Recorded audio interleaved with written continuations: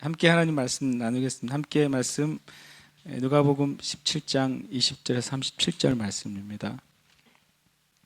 같이 함께 읽겠습니다. 바리새인들이 하나님의 나라가 어느 때에 임하나이까 묻거늘 예수께서 대답하여 이르시되 하나님의 나라는 볼 수 있게 임하는 것이 아니요 또 여기 있다 저기 있다고도 못하리니 하나님의 나라는 너희 안에 있느니라. 또 제자들에게 이르시되 때가 이르리니 너희가 인자의 날 하루를 보고자 하되 보지 못하리라. 사람이 너희에게 말하되 보라 저기 있다 보라 여기 있다 하리라. 그러나 너희는 가지도 말고 따르지도 말라. 번개가 하늘 아래 이쪽에서 번쩍이어 하늘 아래 저쪽같이 비침같이 인자도 자기 날에 그러하리라. 그러나 그가 먼저 많은 고난을 받으며 이 세대에게 버림바 되어야 할지니라. 노아의 때에 된 것과 같이 인자의 때에도 그러하리라. 노아가 방주에 들어가던 날까지 사람들이 먹고 마시고 장가들고 시집가더니 홍수가 나서 그들을 다 멸망시켰으며 또 롯의 때와 같으리니 사람들이 먹고 마시고 사고 팔고 심고 집을 짓더니 롯이 소돔에서 나가던 날에 하늘로부터 불과 유황이 비오듯 하여 그들을 멸망시켰느니라. 인자가 나타나는 날에도 이러하리라. 그날에 만일 사람이 지붕 위에 있고 그의 세간이 그 집 안에 있으면 그것을 가지러 내려가지 말 것이요 밭에 있는 자도 그와 같이 뒤로 돌이키지 말 것이니라. 롯의 철을 기억하라. 무릇 자기 목숨을 보존하고자 하는 자는 잃을 것이요 잃는 자는 살리리라.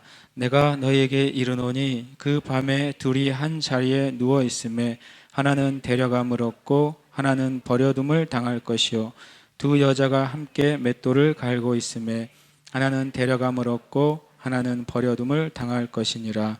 그들이 대답하여 이르되 주여 어디오니이까? 이르시되 주검 있는 곳에는 독수리가 모이느니라 하시니라. 아멘. 할렐루야. 아멘. 한 주간 잘 지내셨습니까? 그 사람마다 잘 지낸다는 말의 의미가 다를 수는 있지만 어떤 사람은 죽지 않고 살면 잘 지낸 것이다 이렇게 생각하는 사람도 있고 어떤 사람은 내가 하고자 계획했던 것을 내가 빠짐없이 다 하면 잘 지냈다고 생각하는 사람도 있어요. 그죠? 그리고 어떤 사람은 어떤 결정하는 일이 잘 돼서 어떤 일이 잘 풀어졌으면 잘 지냈다고 생각할 수도 있어요. 그죠? 여러분은 어떤 의미에서 잘 지내셨어요?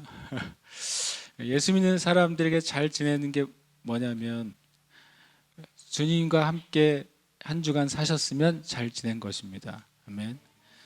감리교를 시작한 분이 웨슬리 목사님이잖아요. 그분이 되게 건강하게 장수하셨는데 한국 나이로는 89세 그리고 그 이제 영국 나이로는 87세 돌아가셨거든요. 근데 돌아가실 때 이제 마지막 유언을 뭐라고 그랬냐면 하나님과 함께함이 얼마나 좋은가 그러고 돌아가셨어요. 성경적으로 하면 뭐냐면 임마누엘이죠. 그래서 의사가 영국은 이제 주치의 제도가 있잖아요. 주치의가 이제 사망 선고를 해야지 사망이잖아요. 사망 선고를 할 때 뭐라고 표현했냐면 이분은 병이 들거나 노쇠해서 죽은 게 아니라 달아서 죽었습니다. 그래서 뭐냐면 그 육체적으로 있는 모든 것을 완전히 다 사용하고 남은 것이 없이 갔다고 그렇게 표현했대요. 그래서 그 이제 거의 우리나라 나이로 한 거의 90평생을 살면서 그 하나님과 함께하는 삶이 얼마나 좋은지 그것을 이제 경험하고 하나님 나라에 가셨는데 정말 잘 지내는 게 뭐냐면요. 여러분과 제가 한 주간 하나님과 함께 사셨으면 잘 지낸 거예요. 근데 하나님과 함께 한다는 것을 내가 깨닫지도 못하고 생각하지도 못하고 구하지도 못하고 사셨다면 죄송하지만 잘 못 지내신 거예요. 아무리 건강해도 여러분이 원하는 게 다 이루어져도 그래서 그것은 성경적인 의미에서는 잘 못 지낸 거예요.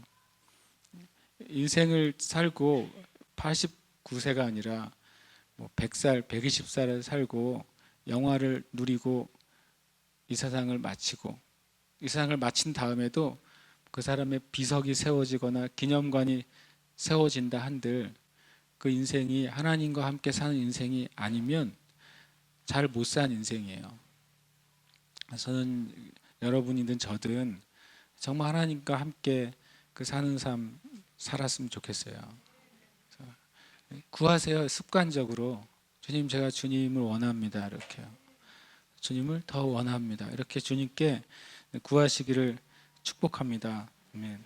오늘 말씀은 지난주에 제가 못했던 말씀이잖아요. 지난주에 하려고 했으나 여러 가지 이유로 깨닫는 것이 부족하여 나누지를 못했어요.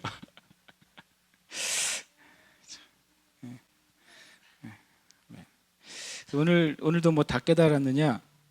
뭐 그렇지 못할 수도 있어요. 다만 지난주에 몇 가지 가졌던 의문이 아니라 이것을 어떻게 내가 이해해야 될까라고 하는 것들을 조금은 주님이 풀어주셔서 나누게 됩니다. 바리새인들이 물어봐요. 하나님의 나라가 어느 때에 임하겠습니까? 라고 물어봐요. 바리새인들의 질문은 뭐냐면 어느 때죠. 실제로 그들이 생각하는 것은 어떤 날에 임할 것이냐. 우리식으로 하면 얼마나 남았느냐 그거죠. 예수님께서 오셔서 하나님 나라를 선포하셨어요. 예수님께서요. 그리고 예수님께서 오셔서 병든 자들을 고치셨어요.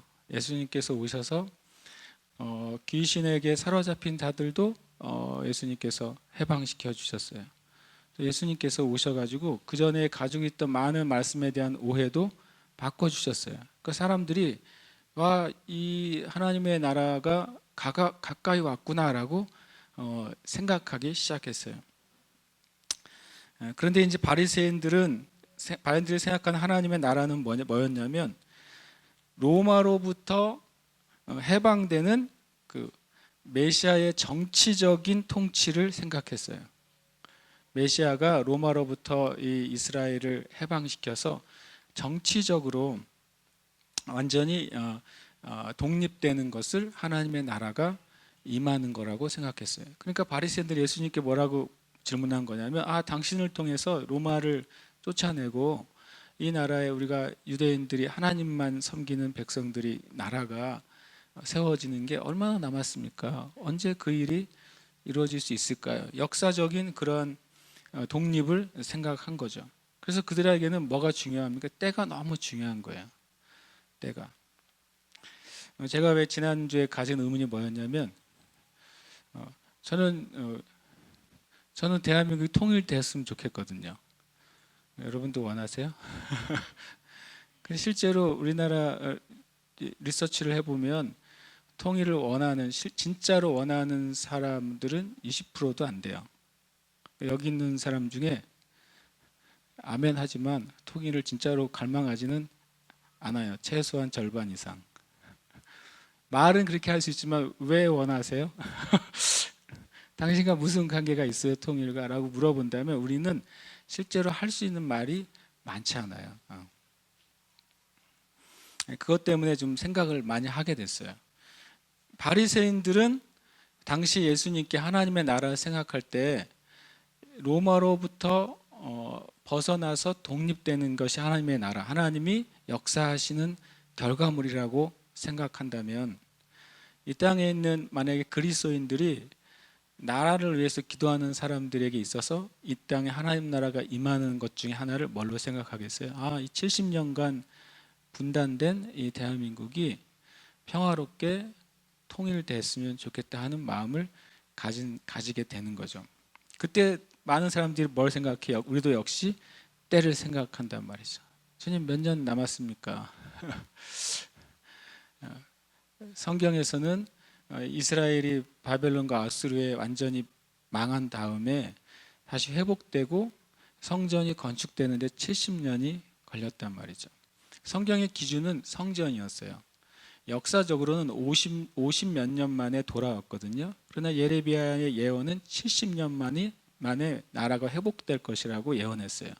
역사적으로는 50 몇 년 만에 회복이 시작됐어요. 그런데 놀랍게도 스룹바벨 성전이 지어진 것은 멸망한 지 정확히 70년째였어요. 하나님의 기준은 하나님의 그 성전이 기준이었던 거죠. 성전이 회파되고 70년 만에 성전이 다시 건축된 거예요. 그래서 이제 그런 것을 우리가 많이 생각할 때 이스라엘이 독립한 것이나 또는 대한민국이 이제 독립한 것이나 독립되고 나라가 건설된 것이나 해서 70주년이 이제 찼기 때문에 이제 주님 복역의 때가 끝나고 대한민국이 통일되지 않겠습니까? 그걸 몇 년 전부터 우리가 부르짖고 기도했습니까? 좀 멀리 보면 한 2007, 8년부터 기도했어요. 그리고 한 3, 4년 전부터는 정말 빡세게 기도하는 분들은 3년 남았다 이렇게 생각했죠. 곧 주님이 역사하실 것이다. 그리고 또 박근혜 전 대통령께서는 통일이란 말을 처음으로 대통령으로서는 거의 금기어 같은 단어였어요. 우리나라에서는 통일이라는 단어를 대통령이 사용하는 경우는 통일 대박이라는 단어를 사용했고 공식적으로 8.15 경축 행사에서 북한 주민들을 향해서 오라라는 말을 사용했어요. 굉장히 큰 도발을 한 거죠. 알고 보면 이전의 정치인들이나 대통령이 하지 않았던 도발을 했어요. 그것이 또 아주 정치적이고 또 여러 가지 복잡한 관계에 의해서 실은 탄핵되고, 저는 지난번에 나눈 것처럼 모든 정치적인 현상은 영적인 현상이라고 믿어요. 제가 왜 그 근거를 뭐라고 드렸죠? 왜 모든 정치적인 것은 왜 영적인 것이냐? 제 근거를 예수님의 주기도문으로 들었어요. 주기도문 맨 끝에 뭐라고 되어 있습니까? 나라와 권세와 영광이 아버지께 영원히 있습니다. 나라, 권세, 영광은 정치적인 용어예요. 근데 그게 원래 누구 거라고요? 하나님께 돼 있어요. 모든 이 세상의 나라와 정치와 권세는 하나님께 속한 거예요. 그래서 그것은 하나님께 속한 것은 영적인 세계에 속한 거예요. 이 땅에 일어나는 모든 정치적인 실은 움직임들은 영적인 영역이에요. 정치적이라는 단어를 사용할 뿐이지 하나님의 통치 안에서는 영적인 일이에요. 굳이 표현하면 마귀가 하나님 앞에 뭘 든 거예요? 역성혁명을 하려다 실패한 거죠. 영적인 면에서는. 그렇기 때문에 이 나라에 이른 것도 영적인 어떤 하나님의 베이스 안에서 일어난 일이라고 저는 믿어요. 그래서 이제 정권이 지금 바뀌었습니다. 제가 이것을 왜 생각했냐면 지난주 내내 주님, 바리새인들에게는 그들에게 독립되는 것이 하나님의 나라의 어떤 열매인데, 이 대한민국이라는 나라에 있어서는 대한민국이 하나님의 나라가 온전히 임하는 것의 열매 중에 하나는 이 나라의 회복이거든요. 그러면 우리도 때에 대해 관심이 있는 거죠. 바리새인들도 때에 대해 엄청난 관심을 가지고 있었어요. 저도 그게 중요하다고 생각했어요. 물론 이 이스라엘 백성이 독립되는 것도 때가 있을 것이고, 대한민국이 완전히 하나 되는 것도 때가 있을 것입니다. 그런데 예수님은 바리새인들이 이러한 질문을 예수님께 하면서도 자기가 하는 질문의 진짜 의미가 무엇인지를 모른다는 사실을 말씀하시는 거예요. 우리는 언제가 그 일이 나겠습니까? 이렇게 말한다는 거죠. 만약에 교회 목회자는 뭐라고 하나, 주님, 내가 섬기는 교회가 언제 부흥했습니까? 라고 관심을 가질 수도 있겠죠. 여러분, 어떤 사업하는 비즈니스맨이라면 그리스도인들이 주님께, 주님, 이 비즈니스가 언제 대박이 나겠습니까? 라고 기도할 수도 있겠죠. 그러지 않겠어요? 만약에 여러분의 가족의 구원을 위해 간절히 기도하는 분이라면, 주님, 언제 나의 가족이 예수 믿고 구원 받겠습니까? 그렇게 당연히 기도하지 않겠습니까? 당연히 때는 중요하고 아주 우리에게 첫 번째 관심사일 수밖에 없어요. 근데 주님, 우리가 그렇게 질문할 때 그 질문의 진짜 의미가 무엇인지를 오늘 말씀하세요. 때에 대해서 질문했더니 주님은 이렇게 대답하시는 거예요. 하나님의 나라는 볼 수 있게 임하는 것이 아니다. 예수님의 대답은 항상 잘못 이해하면 오리무중이에요. 언제 임할 거예요? 그랬더니 볼 수 있게 임하는 게 아니야, 이렇게 말해요. 그 다음에 또 여기 있다 저기 있다고도 못할 거다, 이렇게 표현해요. 그러면서 전혀 뜬금없는 대답, 하나님의 나라는 너희 안에 있다, 이런 거죠. 마치 예수님이 기머거리이신 것처럼 언제를 물었는데 어디로 대답을 하시는 거예요. 그렇죠? 이게 굉장히 재미있는 주님의 그 대답이세요. 그래서 하나님의 나라의 실제에 대해서 모른 채 때에만 관심을 갖고 있다는 것을 주님이 바꿔주세요. 그런데요, 제자들도, 바리새인만 그런 게 아니라 제자들도 하나님의 나라에 대해서 잘못 알고 있었어요. 사도행전 1장 6절에 보면 그들이 모였을 때 예수께 여쭈어 이르되 주께서 이스라엘 나라를 회복하심이 이때니까. 제자들은 하나님의 나라는 단어를 안 썼지만 바리새인들이 썼던 것과 똑같은 의미를 얘기했어요. 이스라엘 나라를 회복하심, 이게 그들에게 하나님의 나라예요. 회복하심이 이때니까, 이렇게 물었어요. 그랬더니 7절에 주님이 또 이렇게 대답하세요. 이르시되 때와 시기는 아버지께서 자기의 권한에 두셨으니 너희가 알 바 아니요. 북한 말로는 일 없다. 우리말로는 알 바 아니요. 주님이 굉장히 단칼에 잘랐어요. 알 바 아니다, 네가. 원래 의미는 너희에게 속한 영역이 아니라고 말씀하셨어요. 때에 대해서 너희가 묻거나 그 답을 얻는 것은 너희의 영역이 아니야, 이렇게 주님 말씀하셨고, 원의 의미는 너희의 차원에 관계된 문제가 아니라는 거였어요. 이것은 하나님의 차원이다, 이렇게 주님이 대답하셨습니다. 아버지께서 자기의 권한이라고. 때와 시기에 대한 답을 주님이 뭘로 하셨냐면 성령으로 하셨어요. 여기서는요, 오직 성령이 너희에게 임하시면 너희가 권능을 받고 예루살렘과 온 유대와 사마리아와 땅끝까지 이르러 내 증인이 되리라 하시니라. 이때가 주님 회복할 때, 이것은 때를 물어봤더니 주님은 성령으로 대답해요. 주님도 역시 제자들도 똑같이 하나님의 때, 또 하나님이 이스라엘 회복하는 때에 대해서 질문이 잘못되어 있다는 것을 말씀하세요. 바리새인만 그랬던 줄 알았더니 제자들도 그랬어요. 제자들이 이때가 철이 없던 때가 아니에요. 이때가 언제예요? 예수님이 부활하신 다음에요. 부활하셔서 40일 동안 같이 계셨을 때예요. 40일 동안 뭘 얘기하셨냐면 다른 주제로가 아니라 주님이 강의를 하셨는데 40일 동안 한 주제로 강의를 하셨어요. 하나님 나라에 대해서. 야, 제자들은 진짜 대단한 분들인 것 같아요. 다른 사람도 아니라 하나님이신 예수님에게 하나님의 나라에 대한 주제로 40일 동안, 그것도 죽었다가 부활하셔서 40일 동안 강의를 듣고 나서 한다는 질문이 또 똑같은 바리새인이 한 질문하고 똑같이 해요. 그렇잖아요. 똑같은 질문을 한 거예요. 제가 뭘 느꼈냐면요, 하나님의 나라가 임한다는 것의 의미를 아는 것이 진짜 어렵다는 것을 제가 알게 됐어요. 진짜로 어려워요. 제가 여러분께 설교할 거지만 오늘 진짜로 어려워요. 제자들도 바리새인을 벗어난 줄 알았더니 똑같이 질문해요. 예수님의 고난과 죽으심과 부활 이후에 40일 동안 자세히 주님이 가르쳐 주셨어요. 자세히 가르쳐 주셨는데도 못 알아먹고 또 엉뚱한 질문을 했어요. 그렇죠? 왜냐하면 그 바로 윗절에 또 엄청난 얘기를 하시거든요. 주님이 넌 예루살렘 떠나지 말고 아버지께서 너에게 약속하신 것이 올 때까지 기다려라.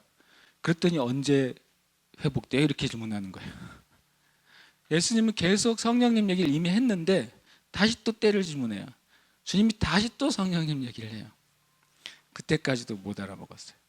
성령님이 임하시고 난 다음에야 그거를 제자들이 깨닫게 돼요. 그래서 제가 알았죠. 여러분이든 저든 사두개인이든 바리새인이든 율법학자들이든 심지어 사도들이든 다 성령님이 우리 가운데 임하시기 전에는 진짜 하나님 나라라는 말의 의미를 모르는 거예요. 알 수가 없는 거예요. 하나님 나라라는 주제는 수많은 신학자들이 논문으로 쓴 주제였어요.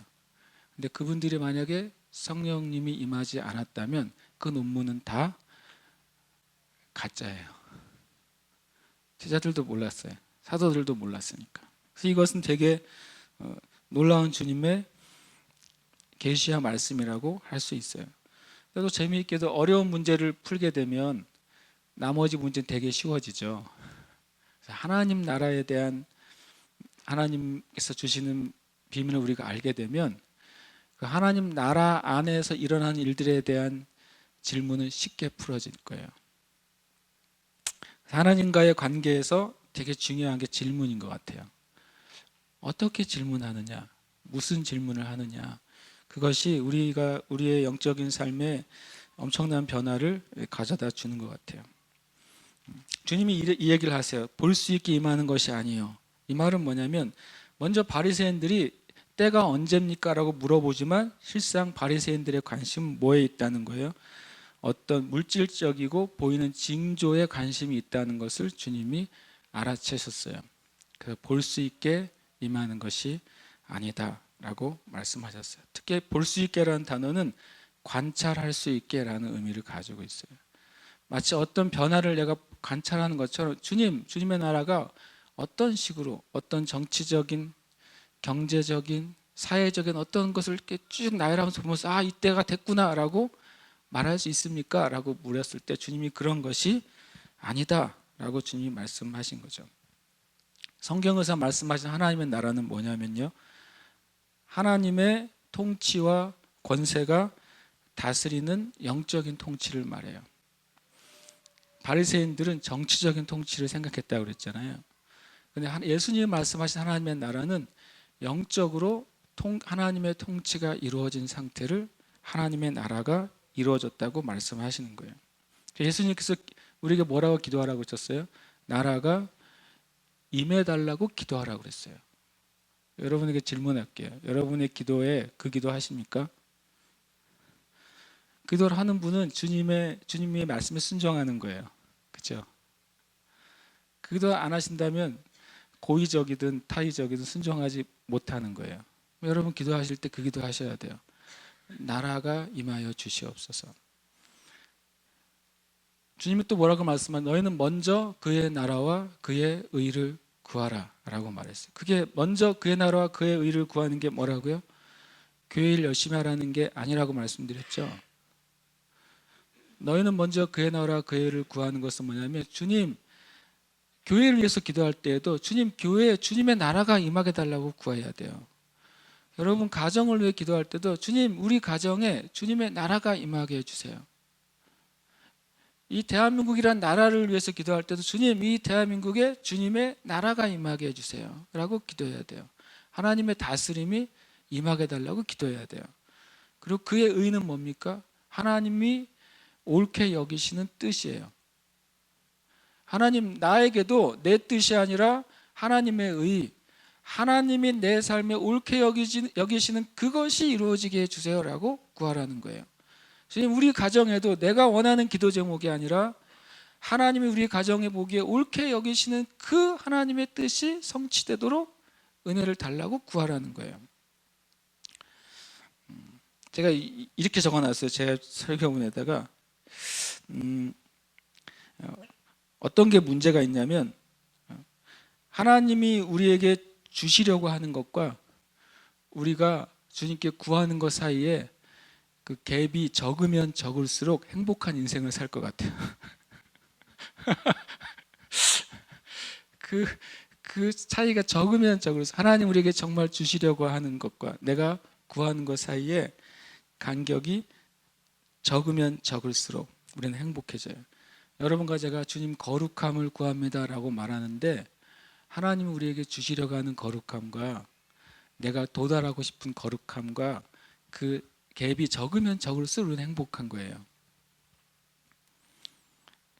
예를 들어 제가 주님 이 세르사렘 교회를 부흥시켜 주세요라고 말할 때 그 부흥의 개념이 하나님이 이 교회에게 주시려고 하는 부흥과 목사 현재가 구하는 부흥과의 사이가 좁혀지면 좁혀질수록 제일 좋은 건 뭐예요? 일치되면.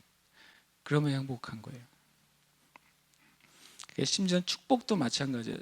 하나님 우리에게 주시려고 하는 축복이나 하나님의 형통과 우리가 구하는 축복과 우리가 구하는 형통과의 그것이 갭이 적으면 적을수록 우리는 행복해질 겁니다. 근데 그것이 멀면 멀수록 여러분과 저는 괴로운 인생을 살 거예요. 이번 주에 제가 가만히 느낀 거예요. 그래서 제가 주님 교회를 위해 기도하는데 주님 제가 빨리 하나라도 더 주님과 저와 의견 차이가 없게 해주세요. 주님과 나와 의견의 차이가 하나라도 없어지길 간절히 간구합니다. 이렇게 기도했어요. 주님이 왜 하나님 나라가 볼 수 있게 임하는 것이 아니라고 말씀하셨냐면 하나님의 나라는 보이는 것보다 더 확실하게 내가 소유하는 것이기 때문에 그래요. 보이는 것보다 더 확실하게 내 안에 이게 들어와 있는 것이기 때문에 훨씬 더 하나님의 나라가 그런 의미라는 것을 주님께서 말씀하셔요. 하나님의 나라는 여기 있다 저기 있다라고 말하는 게 아니라 어떤 특정한 장소, 특정한 집단에만 존재하는 것이 아니라 하나님의 나라는 있느냐 없느냐의 개념이에요. 있느냐 없느냐 그거예요. 너희 안에 있다고 주님 말씀하신 것이 무슨 뜻이냐면 두세 가지 의미를 가지고 있어요. 내 그냥 안에, 내 심령 안에 있는 것과 또 하나는 하나님을 고백한 자들의 그 공동체 안에 있는 것과도 똑같이 말씀하고 있어요. 두 가지가 다 하나님의 나라가 임한 영역이라고 말씀하세요.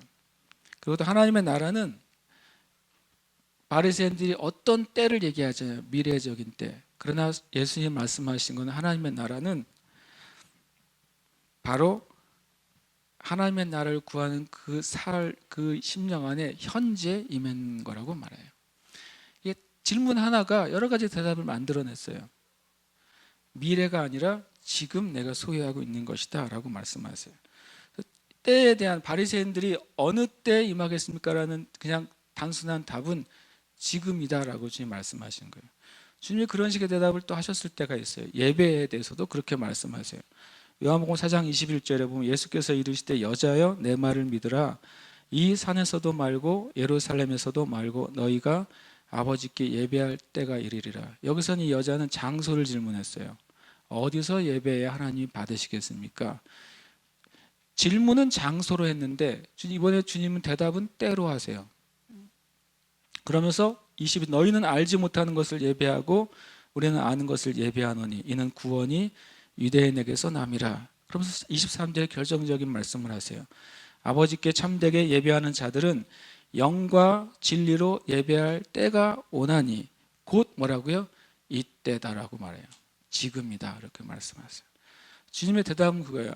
하나님과 관계된 하나님의 역사와 관계된 그 모든 거는요 언제 우리가 취하게 되냐면 지금이에요. 지금. 왜냐하면 왜 지금일까요? 주님은 이미 말씀 가운데 뭐냐면 언약하셨기 때문에 그래요. 언약한 자들에게는 그것이 지금인 것이죠. 그것이 언약이 아니라 소망으로만 갖고 있는 사람들에게는 그것이 그냥 어떤 미래에만 이루어지기를 원하는 거예요. 오늘 어쩌면 좀 복잡한 얘기를 할 수도 있지만 지난주에 못했으니까 계속 해야 되겠어요. 하나님의 나라의 차원이 성경에는 최소한 세 가지 종류의 차원이 나옵니다. 하나님의 나라라는 단어를 사용할 때 첫 번째로는 주님이 지금 말씀하신 우리의 심령 안에 하나님의 다스림이 통치가 임한 상태가 하나님의 나라예요. 여러분과 제가 일상생활을 하는데 주님을 의지하고 주님께 순종하고 주님의 뜻을 따르려는 마음으로 여러분이 가득한 채로 산다면 하나님 나라가 임하 있는 거예요, 여러분. 하나님 나라는 그렇게 우리 안에서 시작돼요. 그런 하나님의 뜻에 순종하고 복종하고 따르는 사람에게 하나님 나라가 어떻게 임할까요? 하나님의 권능과 축복과 능력과 다스림과 회복과 치유로 임하시는 거예요. 주님과 바른 길을 연 것이죠. 그 사람에겐 그렇게 임하는 것이죠. 예수님이 선포하신 게 뭐예요? 하나님 나라가 가까이 왔다 그랬어요. 예수님에게 하나님 나라가 어떻게 계셨어요? 임하여 계셨어요. 그 예수님을 통해서 하나님 나라가 임하여 있었기 때문에 예수님은 하나님 아버지에게 100% 헌신되어 있었고 하나님 아버지의 뜻에 100% 복종하고 순종하셨어요. 그래서 하나님께서는 그 예수님을 통해서 치유하셨고 마귀를 쫓아내셨고 하나님의 말씀을 드러내셨고 하나님의 뜻을 나타내신 거예요. 우리도 그렇게 살아야 돼요. 간절히 우리가 구해야 돼요. 여러분이 정말 내 영의 습관처럼 나는 주님을 원합니다. 나는 주님께 순종하기를 원합니다. 계속 여러분의 심령 안에서 하나님께 부르짖으시길 축복해요. 그것만 우리가 하나님 나라 안에서 그 은혜를 경험하는 길이에요. 두 번째 하나님 나라의 차원은 우리가 이 땅을 살아가는 모든 영역에 하나님의 다스림과 진리가 세워지는 것입니다. 그래서 교회적인 차원도 하나님의 나라가 임해야 돼요. 이 땅의 교회 안에 얼마나 왜곡된 진리가 가득합니까? 이 땅의 교회 안에 얼마나 하나님 보시기에는 고사하고 사람의 눈에 보기에도 민망한 수많은 상황이 얼마나 많습니까? 교회 하나님 나라가 임해야 돼요. 그리고 국가에 하나님의 나라가 임해야 돼요. 정치적인 영역, 가정의 영역, 교육의 영역, 사회의 영역, 또는 모든 예술의 영역, 이 모든 영역 가운데 하나님의 다스림과 통치가 임해야 돼요. 누구를 통해 임하죠? 여러분이요. 그 영역 가운데 하나님이 살게 하시고 그 영역 가운데 살아가도록 한 그리스도인들을 통해서 그 나라가 임해야만 돼요. 예수 믿는 사람들은 필연적으로 하나님 나라 안에 사는 사람들은 필연적으로 책임감을 가져야 돼요. 내가 가지고 있는 직장이나 직업이나 그 영역에서 내가 그냥 바른 삶을 살겠다고 하는 것으로 책임을 끝내서는 안 되고 최소한 여러분이 내가 있는 그 영역 가운데 하나님 나라가 임하게 해달라고 기도하는 책임은 져야 돼요. 느헤미야가 무너진 이스라엘 백성에서 처음에는 기도하는 책임을 졌어요. 예루살렘이 불타고 남아있는 백성들이 엄청나게 핍박과 어려운 가운데 있는 것을 보고 예레미야가 진 책임은 다른 것이 아니라 그 아픔을 자기 아픔으로 여기고 수일간 금식하며 울며 하나님 앞에 간구한 거였어요. 예레미야가 진 책임은 그거였어요. 그 책임을 질 때 주님이 어떻게 하셨냐면 그때 예레미야를 술관원이 되게 하셨다고 성경은 말해요.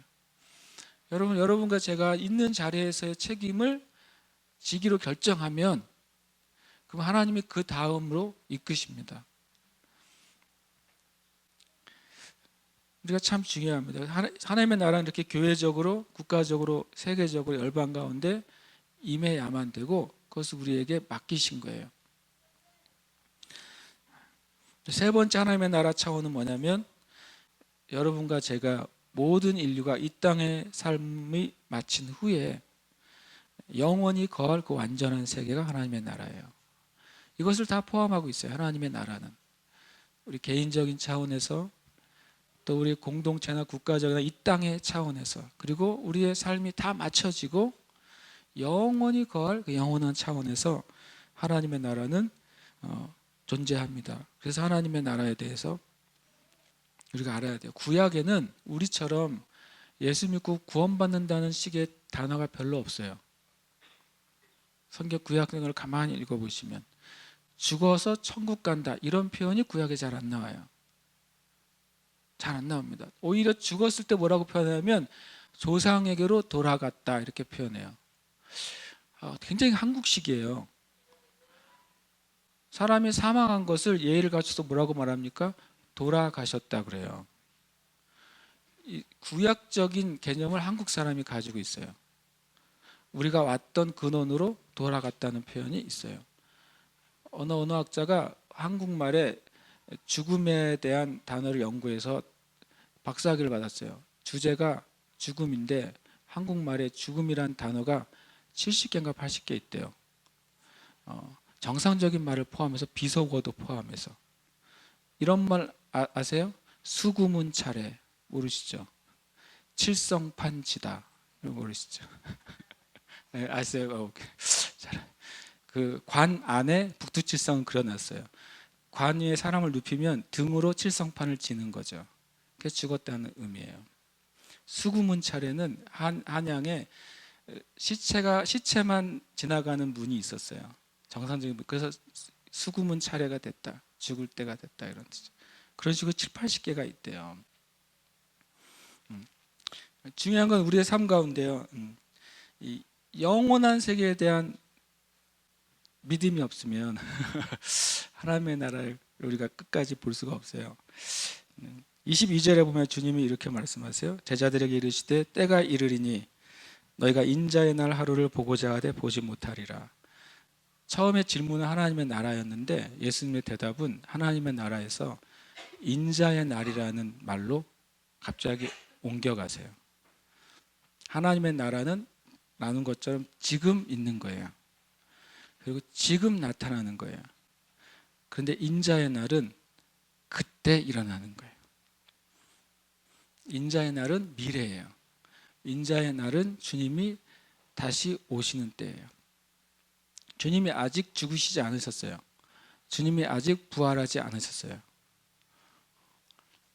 그래서 이때 제자들이나 바리새인들은 인자의 날을 얘기할 때 이해를 못했을 거예요. 예수님이 아직 고난받으시거나 십자가에 죽으시거나 부활하시거나 승천하시지 않았기 때문에 인자의 날의 의미를 당연히 이해하지 못할 것입니다. 그런데 주님이 말씀하셨어요. 너희가 인자의 날 하루를 보고자 하되 보지 못할 것이다. 그때 사람들이 보라 저기 있다, 보라 여기 있다 할 것인데 너희가 그들을 쫓아가지 마라, 따라가지 마라 라고 말씀하셨어요. 예수님 말씀하신 때는 이제는 하루가 아니라 어떤 기간을 얘기하세요. 인자의 날은 The days of the Son of Man이라고 되어 있어요. 한 날이 아니라 어떤 기간을 얘기하세요. 이건 실제로 우리가 여러분과 제가 역사 가운데 경험하게 되는 어떤 기간을 말씀하세요. 그러면 예를 들어서 그냥 예수 믿는 사람들 안에는 그냥 하나님의 나라가 임해 있는 것이냐? 맞아요. 예수 믿는 사람 안에는 하나님의 나라가 임해 있어요. 그렇지만 온전히 임해 있지는 않아요. 예수님이 이런 말씀하셨어요. 마태복음 12장 28절에 그러나 내가 하나님의 성령을 힘입어 귀신을 쫓아내는 것이면 하나님의 나라가 이미 너희에게 임하여 있는 것이라고 그랬어요. 주님이 하나님의 나라에서 무슨 표현을 쓰셨냐면 성령을 힘입는 것, 그 다음에 악한 영을 쫓아내는 것, 그것이 하나님의 나라가 임한 것의 증거라고 말씀하셨어요. 또 비슷한 말씀을 또 하세요. 누가복음 11장 20절에 그러나 내가 만일 하나님의 손을 힘입어 귀신을 쫓아낸다면 하나님의 나라가 이미 너희에게 임하여 있다라고 말했어요. 우리가 예수님 믿을 때 하나님 나라가 임해 있습니까? 이것은 맞습니다. 하나님 나라가 임한 거예요. 왜냐하면 내가 예수님을 뭐 했기 때문에요? 영접했기 때문에. 영접하는 자, 곧 그 이름을 믿는 자들에게는 하나님의 자녀가 되는 권세를 주셨잖아요.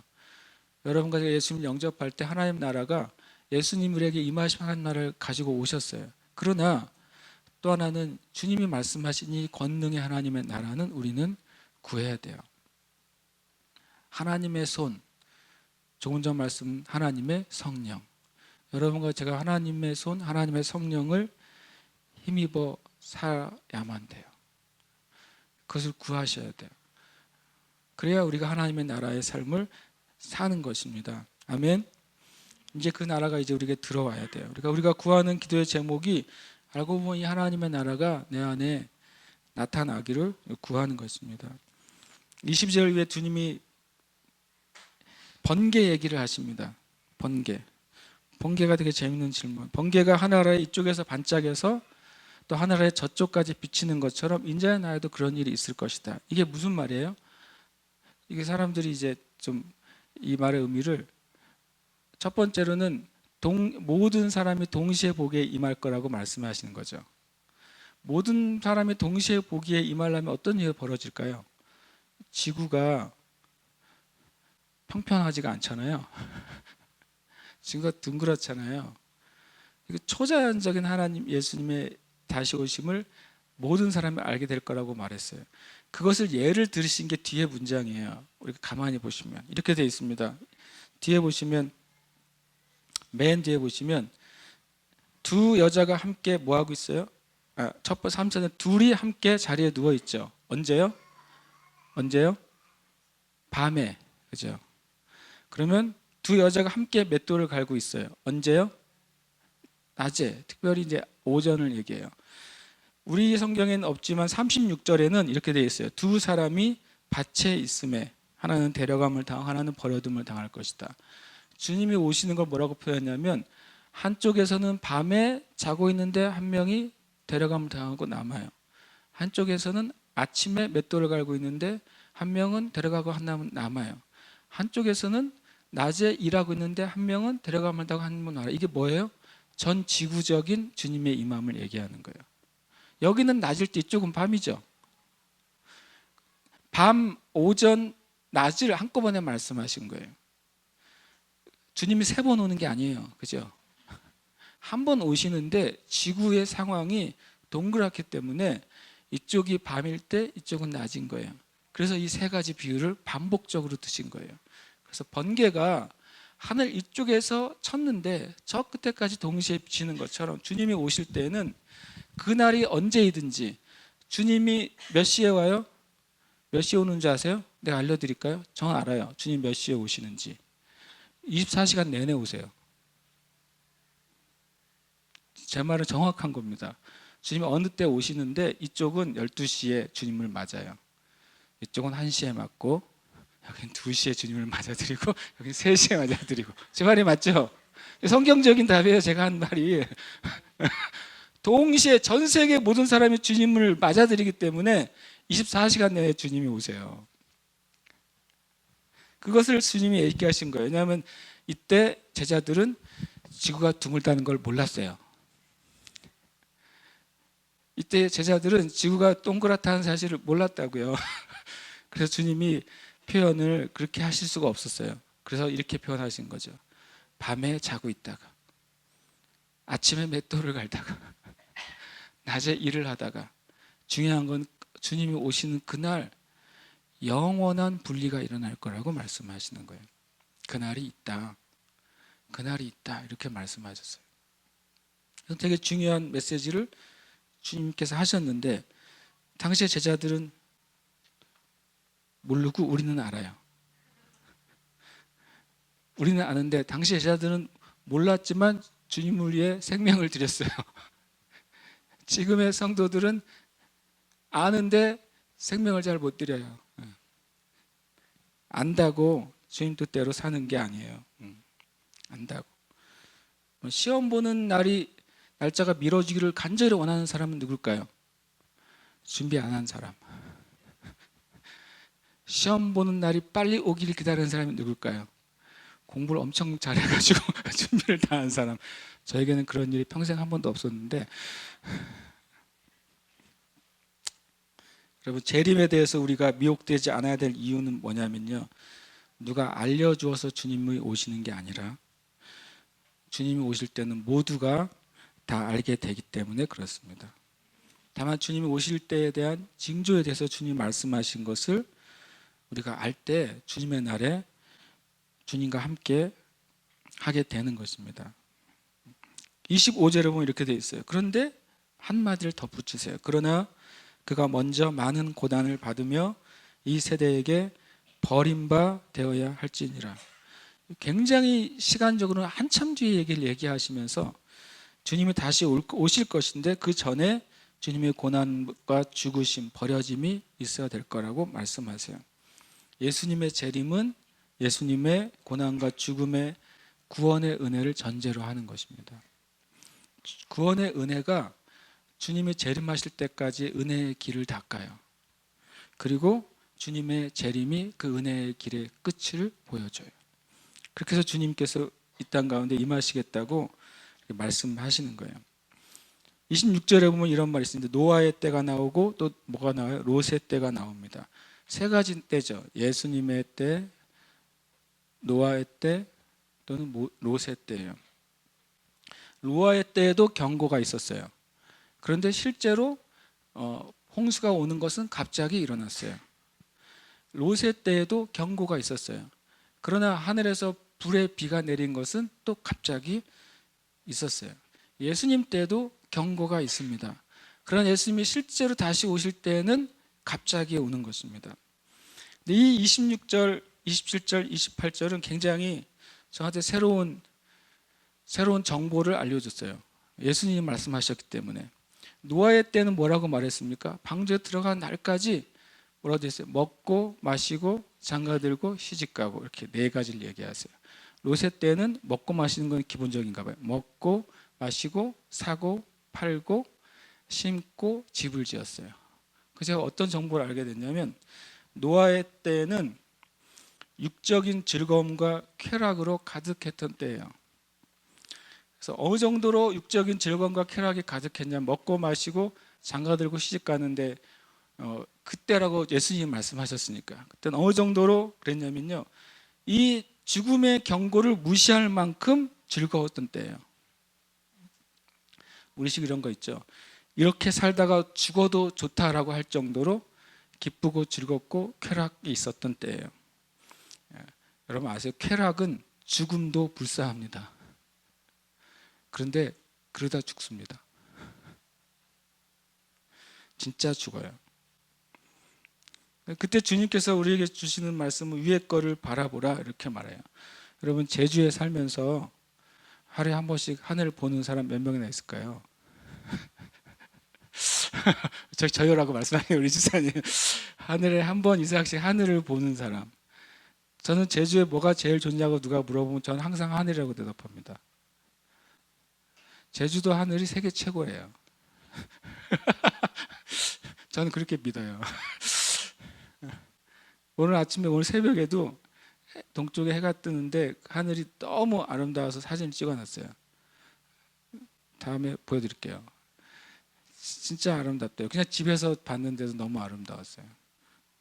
그런데 예수 믿으면서 하나님의 보좌 우편의 예수님을 계속 마음으로 바라보는 사람 몇 명이나 될까요? 주님께서도 이 부분을 회개해요. 성경에 보면 이렇게 말씀하세요. 그러므로 너희가 그리스도와 함께 다시 살리심을 받았으면, 이것이 뭐냐면, 여러분 구원 받으셨습니까? 예수 믿고 구원 받으셨어요? 그러면 그 사람은 위의 걸 찾으라고 주님 말씀하셨어요. 전제가 그거예요.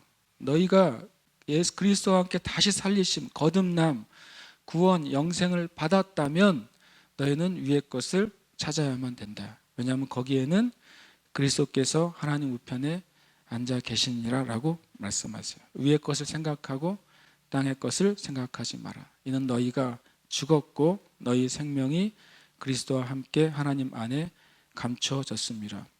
왜냐하면 이 말이 4절 때문에 중요해요. 4절에 우리 생명이신 그리스도께서 나타나실 그때, 이게 예수님의 날이에요. 인자의 날이에요. 너희도 그와 함께 영광 중에 나타나리라. 여러분과 제가 하나님의 나라를 정말 사모하고 주님의 나라를 사모하는 사람이라면 반드시 어떤 삶을 살아야 되냐면, 우리의 인생의 초점을 위의 것에 맞춰야 돼요. 왜냐하면 이 위의 것을 찾으라고 하는 결론이 주님이 나타나실 것이기 때문에 그래요. 우리의 초점이 하나님과 하나님의 보좌 우편에 있는 예수님이어야만 합니다. 그래야 우리가 주님의 때에 기뻐할 수가 있어요. 그러니까 노아의 때는 그렇게 육적인 즐거운 쾌락이 가득했어요. 그런데 롯의 때는 어땠냐면요, 롯의 때는 좀 다르죠. 먹고 마시고 사고 팔고 심고 집 짓고. 이 말이 무슨 말이에요? 제가 알았어요. 이거 예수님이 하신 말씀이에요. 그죠? 롯의 때 이렇게 소돔과 고모라가 이런 상황이었다는 거 창세기 안 나와요. 창세기 나옵니까? 창세기에 그들이 사고 팔고 심고 집 지었다, 이런 표현이 창세기엔 안 나와요. 그 말은 뭐냐면 주님이 말씀하신 건 뭐냐면요, 소돔의 때는요, 소돔이라는 도시국가가 엄청나게 발전하고 있는 때였어요. 그래서 사고 팔고 경제가 활성화되고 있었고 심고 짓고 계속 도시화가 진행되고 있었어요. 그러니까 롯이 계속 아브라함과 헤어진 다음에 계속 더 좋은 땅, 더 좋은 도시, 더 발전하는 곳, 그것을 계속 찾다가 어디서 정착한 거예요? 소돔에 정착한 것입니다. 왜냐하면 그 중에 그때 가장 빠르게 확장하고 발전하고 도시화되고 있는 그 나라가 바로 소돔이었기 때문에 그래요. 주님이 그것을 알려주셨어요. 그들은 계속 발전되고 있었어요. 경제적으로도 규모가 확장되고 있었어요. 그래서 롯이 여기에 내가 살면 큰 것을 얻을 것이라고 예상했어요. 그런데 그것이 다 성취되지 못했을 때 망했어요. 말 그대로야 소돔과 고모라는요, 제일 잘 나갈 때 망했습니다. 주님이 노아의 때, 롯의 때, 인자의 때는 하나님의 심판의 조건이 동일하다는 사실을 보여주시는 거예요. 경고가 있었고 경고를 무시할 만큼 다른 것이 있었어요. 그리고 경고대로 갑자기 주님의 심판이 임했어요. 여러분, 우리 중에 누구도 주님 지금 오시면 안 되는데요 라고 말할 수 있는 사람 없어요. 그렇죠? 지금 오시면 안 돼요 라고 말할 수 있는 사람이 아무도 없습니다. 주님이 30절에 이렇게 말씀하세요. 인자가 나타나는 날에도 그럴 것이다. 롯의 때처럼, 노아의 때처럼 우리가 누리는 기쁨과 쾌락과 즐거움이 가득해서 주님의 경고를 잊어버릴 만큼 좋은 세계, 그리고 우리가 계획하고 바라던 일들이 계속해서 잘 되고 있기 때문에 긍정적인 미래, 정말 꿈 같은 미래가 펼쳐질 것 같은 바로 그때, 그래서 하나님의 경고를 다 잊어버릴 만한 그때 주님이 도적처럼 오실 거라고 말씀하시는 거예요. 롯의 철을 기억하라고 32절에 말씀하시잖아요. 이 말이 굉장히 치명적이에요. 롯의 철을 기억하라.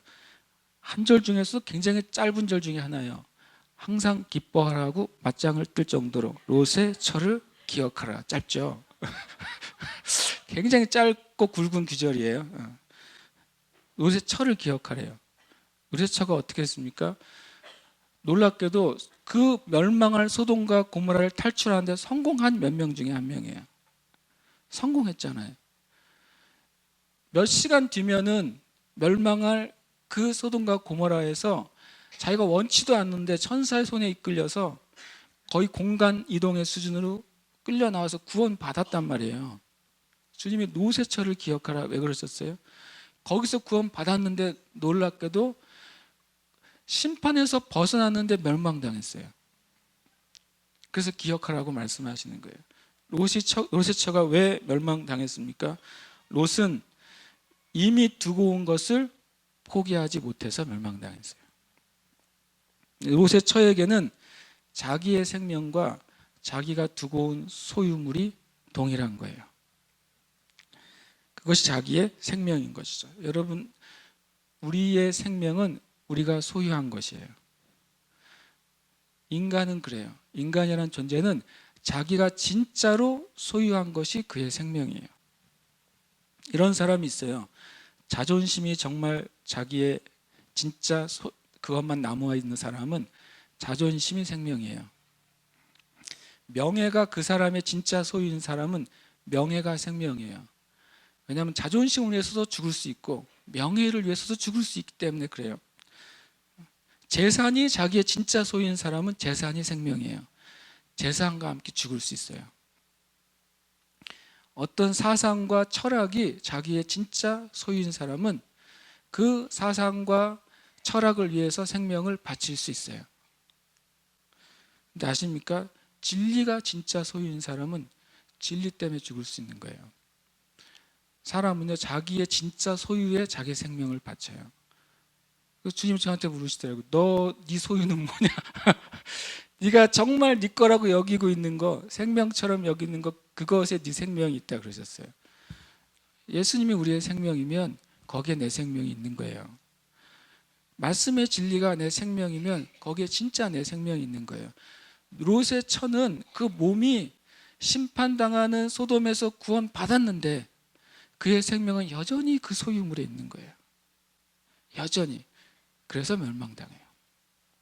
주님이 롯의 처를 기억해라 라고 말씀하신 이유가 그거예요. 33절에 이렇게 말씀하셨어요. 그 의미를. 무릇 자기 목숨을 보전하고자 하는 자는 잃을 것이다.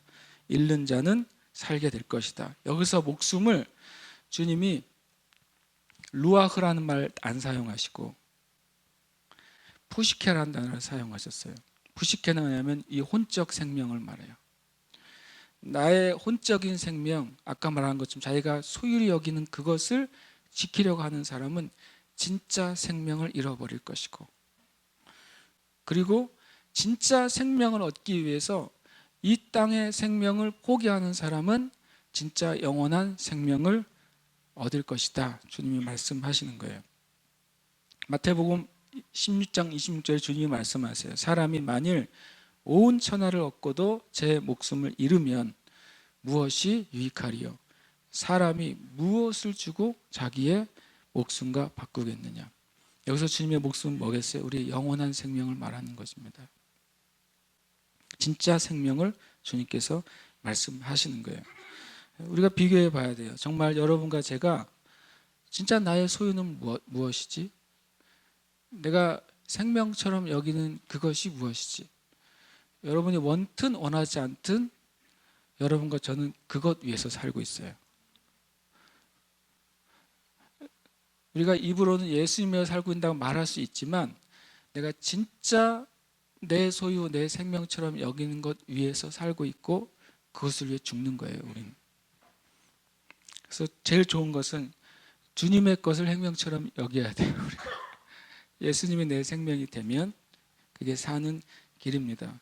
주님이 이 34절, 35절, 36절이 24절에 대한 주님의 이해라고 말씀을 드렸죠.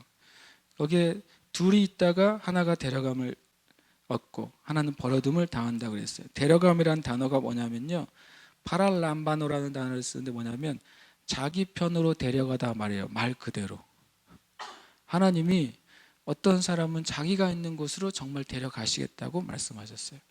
이 말 자체를 휴거라고 이해하는 분도 있어요. 이 말 자체가 휴거만을 의미하는 것은 아니에요. 왜냐하면 주님의 나를 얘기하기 때문에.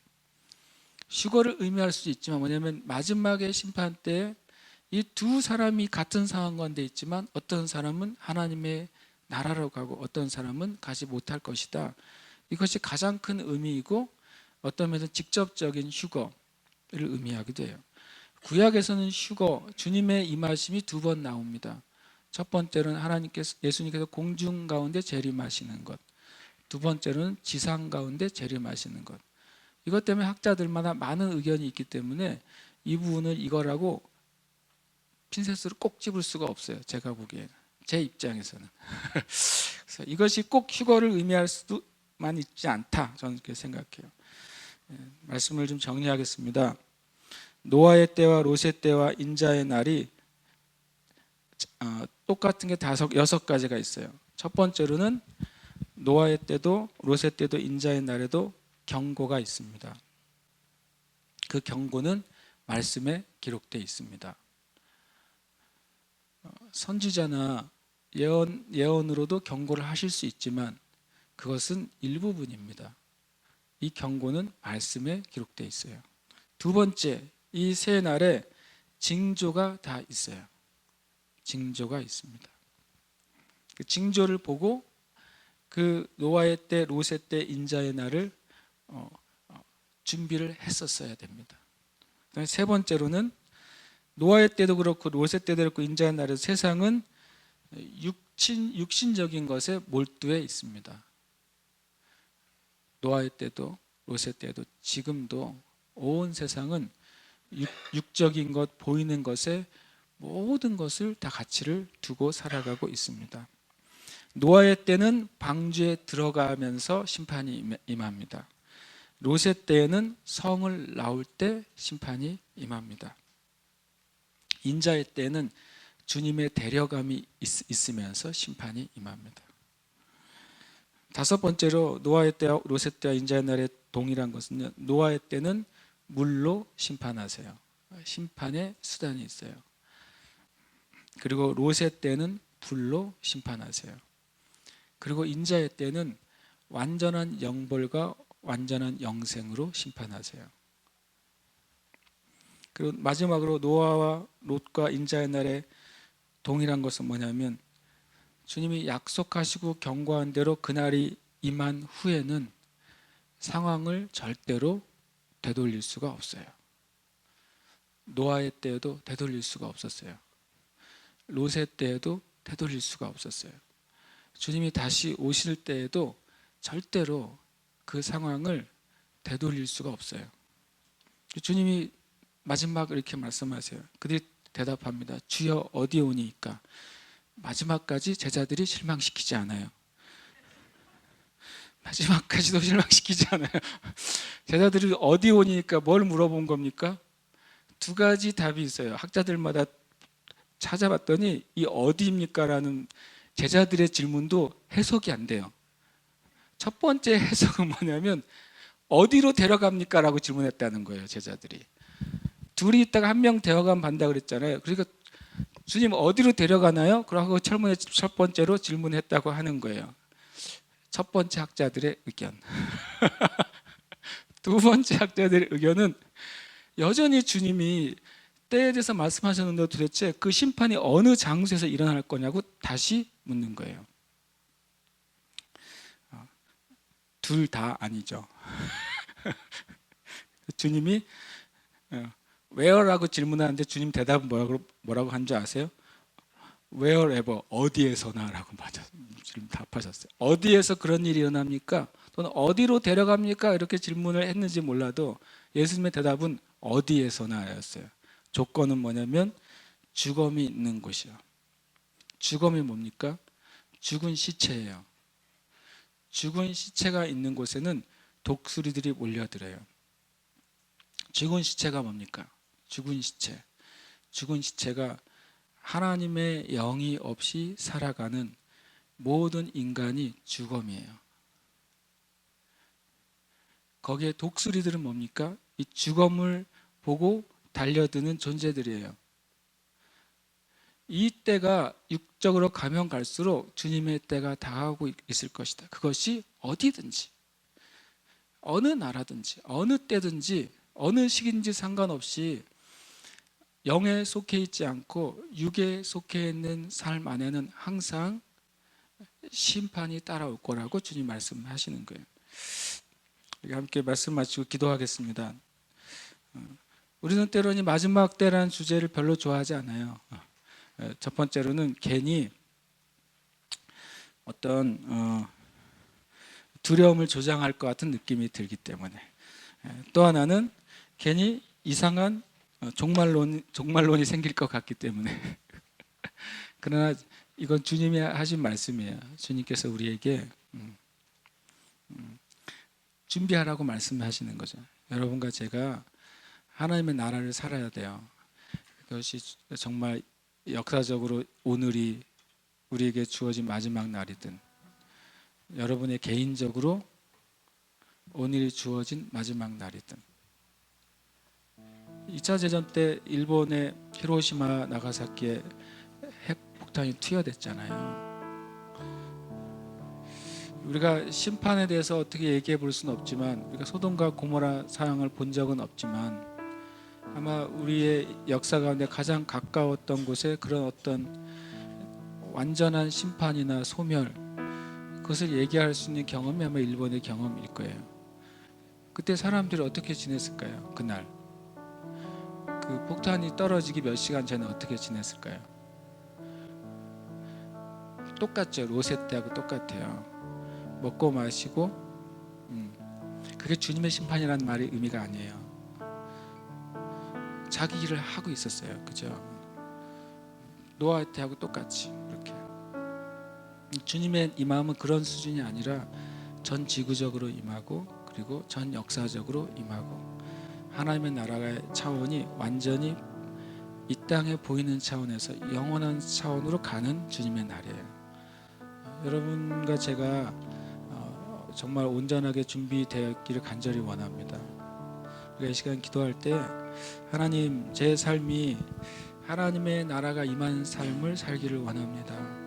주님이 성령을 힘입어 하나님의 손을 힘입어 사는 것이 하나님의 나라가 임해 있는 증거라고 말씀하셨어요. 그래서 우리가 이 시간 구할 때 하나님, 제가 하나님 나라가 임한 삶을 살고 싶습니다. 주님, 제가 성령을 힘입어 사는 삶을 살고 싶습니다. 주님의 뜻을 구하는 삶을 살고 싶습니다. 위의 것을 바라보는 삶을 살고 싶습니다. 그래서 주님 앞에 기도하겠습니다. 하나님 아버지, 주님 감사와 찬양을 올려드립니다. 하나님 감사합니다. 주님 영광과 찬양 올려드립니다. 우리의 삶 가운데 끊임없이 말씀하시고 또 끊임없이 또한 권면하시고 끊임없이 격려하시고 또 끊임없이 우리를 향해서 경고하십니다. 하나님, 우리의 귀가 주님의 말씀을 들을 마음이 되어 있습니까? 주님, 제가 주님의 말씀에 귀를 기울이고 있습니까? 하나님, 예수님을 믿는 모든 그리스도인들이 정말 주님의 말씀을 주님 귀를 기울이고 주님 그 말씀을 진리로 받고 그 말씀에 생명이 있음을 알고 그 말씀에 영원한 것이 있음을 알고 그 말씀에 능력이 있음을 알고 있습니까? 하나님 아버지, 우리를 돌아보아 주시옵소서. 우리의 심령 안에 빛을 비춰 주시옵소서. 우리가 주님의 말씀을 주님의 말씀으로 받는 자들이 되게 해 주시옵소서. 주님의 사랑을 주님의 사랑으로 받는 자들이 되게 해 주시옵소서. 주님의 경고를 주님의 경고로 받는 자들이 되게 해 주시옵소서. 주님의 능력을 주님의 능력으로 받는 자들이 되게 해 주시옵소서. 하나님, 주님의 뜻을 하나님 주님의 뜻으로 받는 자들이 되게 해 주시옵소서. 하나님 아버지, 간구합니다. 우리의 심령 안에 진정한 하나님의 나라, 우리의 삶 안에 진정한 하나님의 나라 주님 권능으로 임하여 주시고 다스림으로 임하여 주시고 주님 영원하시고 없는 그 사랑으로 임하여 주시옵소서. 주님 사랑을 주님 경험하게 해주시고 사랑을 깨닫게 해주시고 주님의 사랑을 맛보아 알게 하여 주시옵소서. 하나님 아버지, 지금 이 시간 청취자매들 안에 하나님께서 우리를 얼마나 사랑하시고 우리 한 사람 한 사람을 향하여서 얼마나 기다리고 계신지를 주님 나타내 주시고 주 예수님을 온전히 나의 주 나의 구원자로 주님 온전히 영접하는 은혜를 허락해 주옵소서. 예수님과 함께 주님의 나라를 우리의 심령 안에 온전히 받아들이는 저희가 될 수 있도록 주님 은혜를 베풀어 주시옵소서.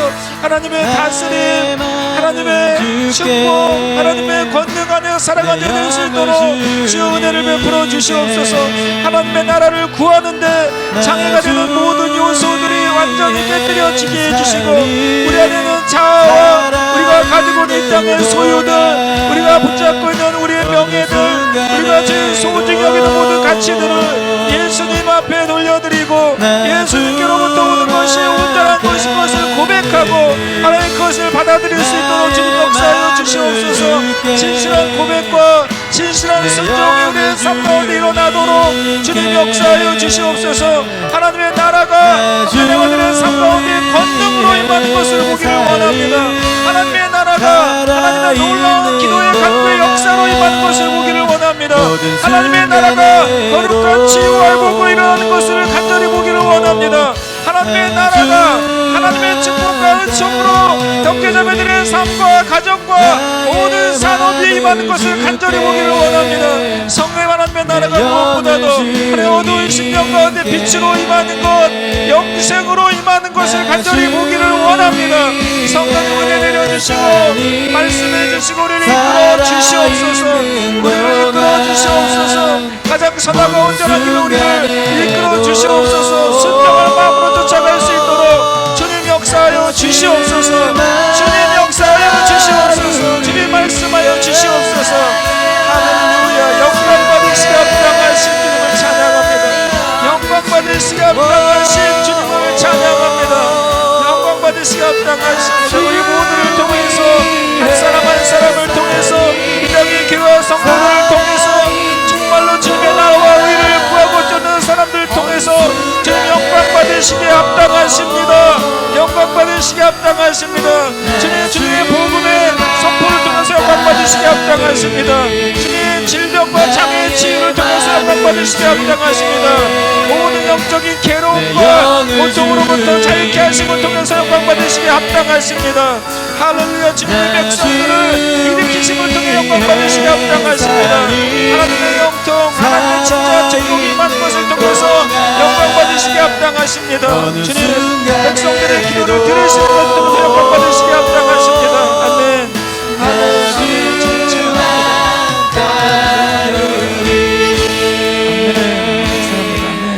주님 감사합니다. 주님을 찬양합니다. 주님의 나라가 사랑으로 또 영광으로 능력으로 주님의 뜻으로 주님 날마다 임하는 삶 살게 하여 주시옵소서. 또 이 시간 주님께 감사함으로 드리는 예물을 주님 복되게 하시고, 하나님 우리가 돈이 아니라 마음을 드리는 자들이 되게 해주시고, 인색함이 아니라 기쁨으로 드리는 자들이 되게 해주시고, 하나님 또한 이 재정이 하나님 나라 안에 존귀하고 귀하게 사용되어지는 은혜가 있게 하여 주시옵소서.